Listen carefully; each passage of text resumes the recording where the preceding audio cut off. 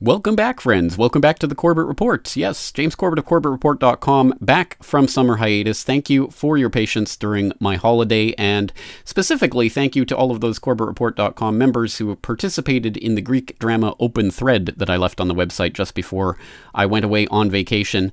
I did leave it open for discussion, and thankfully there was a very lively discussion with hundreds of links and discussion on all sorts of different subjects, not just the Greek crisis, but all sorts of other unfolding news events while I was away. Thank you to each and every Corbett Report member who did leave their comments and discussion there. I hope people will check that out. But we are back from vacation. We are ready to roll up our sleeves and get right back into it. So let's do so with yet another conspiracy theory confirmed, namely that crazy, kooky conspiracy theory that people can remotely control your car and kill you. Well, there was an experiment of sorts that was recently performed by Wired that proved just that. Hackers remotely kill a Jeep on the highway with me in it. This is a first-person account of just such an event that starts by saying, "I was driving 70 miles per hour on the edge of downtown St. Louis when the exploit began to take hold.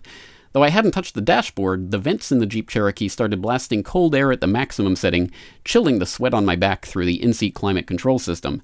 Next, the radio switched to the local hip-hop station and began blasting Ski Low at full volume.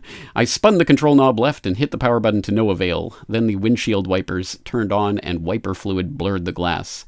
As I tried to cope with all of this, a picture of the two hackers performing these stunts appeared on the car's digital display. Charlie Miller and Chris Valasek wearing their trademark tracksuits. A nice touch, I thought." And this goes on to talk about how everything in this Jeep Cherokee was able to be exploited by these hackers, including its dashboard functions, steering, brakes, and transmission, and how ultimately this person was steered off the highway and into a ditch.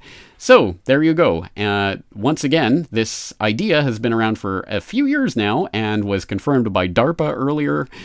There's a video of that going around. It's certainly been talked about in recent times, but here is a really mainstream report on the subject, and the interesting thing about this one, well, this was actually done in the past, but in the past it was done with the hackers literally physically wiring their laptop into the computer's dashboard control system, and being literally in the car while doing it. Well, this time they were able to do it from 10 miles away, wirelessly, by using the Jeep Cherokee's IP address. And if you didn't know that your car in this day and age comes with an IP address, well, welcome to the 21st century and the world of exploits and hacks. But don't worry, because the government is going to save us. Senators Ed Markey and Richard Blumenthal plan to introduce an automotive security bill. So the government is hard at work keeping you safe from those dastardly hackers.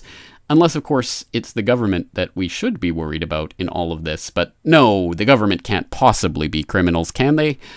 Of course they can. And of course this story should bring to mind, to attentive listeners' attention, the crashes of convenience, Michael Hastings. Of course, I did cover this back in episode 274 of the Corbett Report, talking about journalist Michael Hastings and his fiery death in his Mercedes-Benz. And at the time, it was certainly talked about the possibility that this was a hack of sorts that took over control of his car and steered him off the road. I discussed that possibility back in episode 274, but crazy, kooky conspiracy theory like that, well, not so crazy or kooky anymore. And, well, if we want to get even more grandiose, it's not just cars that are susceptible to this, of course. It's other forms of transportation, like airplanes. And so people might want to check out my report, How to Steal an Airplane from 9/11 to MH370, on this very topic, if they haven't done so before. But that's an even bigger fish to fry, as it were. All the links to these reports will be in the show notes, so please do check back and check into these ideas if you haven't heard of them before, and the fact that they're becoming mainstream ideas at this moment in time. Very interesting. Once again, James Corbett, CorbettReport.com. I'm back at the wheel, and so please do keep checking CorbettReport.com for regular updates, videos, interviews, articles, podcasts from here on in. Thank you again for your patience during my holiday. I'm looking forward to talking to you again very soon.